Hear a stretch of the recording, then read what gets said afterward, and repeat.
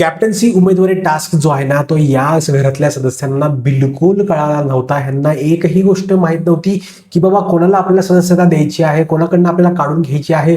कुठंही कोणीही डोकं चालवायचा प्रयत्न जे आहे ते बिलकुल करत नव्हतं. असंच आपल्याला आज जो टास्क झाला ना, ज्यामध्ये त्या व्हाईट रूममध्ये सदस्यांना पाठवलं आणि त्यांना एक प्रश्न विचारला गेला, त्याच्यावर त्यांचं काय उत्तर आहे आणि घरातल्यांचं काय उत्तर आहे ना, हे मॅच होतंय का हे बघायचं होतं. जर मॅच झालं तर त्या समोरच्या सदस्याला जे आहे, जो कोण व्हाईट रूम मध्ये आहे, त्याला कॅप्टन्सीची सदस्यता मिळणार आहे किंवा मग एक उमेदवारी मिळणार आहे. आणि जर ते आन्सर मॅच नाही झालं तर त्यावेळेस काय होणार आहे की जो व्हाईट रूम मध्ये बसलेला सदस्य आहे त्याची कॅप्टन्सीची उमेदवारी जाणार आहे. असा पूर्ण टास्क होता. यामध्ये कोणाला काय उत्तर द्यायचंय, काय करायचंय, काय कोणीही काहीही डोकं जे आहे ते लावत नव्हतं.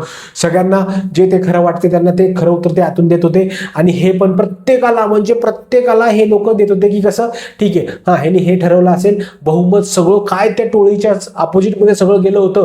मला काय कळत नाही का बिग बॉस आपल्याला दाखवत नव्हते, गोष्ट बिलकुल समजत नव्हतं. तिथं फक्त तन्वी, राकेश बापट, राखी आणि रेवा हेच लोक हात वर करतायत एवढंच आपल्याला दिसतंय. आणि डायरेक्ट ते त्यांना जे पाहिजे तेच त्या गोष्टी दाबायचा प्रयत्न करतायत. पण ह्यामध्ये अनुश्री कुठं दिसली नाही, आपला जो विशाल आहे तो कुठं दिसला नाही, सागर कारंडेचं कुठं काय मत नाही, प्राजक्ताचं कुठं काय मत नाही. अरे म्हणजे मला एक गोष्ट कळत नव्हती की हे कुठल्या पद्धतीने गेम खेळायचा प्रयत्न करत होते ना. ह्यांच्या डोक्यामध्ये होतं की बाबा या सदस्याला आपल्याला कॅप्टन्सीची उमेदवारी द्यायची की नाही द्यायची, त्याला द्यायची की नाही द्यायची, काही नाही, जे काही असेल ते करायचं. हा संपूर्ण गेम जो आहे ना, या गेमची पूर्णपणे वाट जी आहे ती लावायचा प्रयत्न या घरातल्या सगळ्या सदस्यांनी केलेला आहे. कारण की जर 2, 3, 4 सदस्य उमेदवारीमध्ये असते तर ठीक होतं गेम. आता विचार करा, 7 ते 8 लोक तिकडे आपल्याला बघायला मिळतात ज्यांना उमेदवारी मिळालेली आहे डायरेक्टली, आणि ह्या 7-8 लोकांपैकी एक जण जो आहे तो डायरेक्टली कॅप्टन बनणार आहे.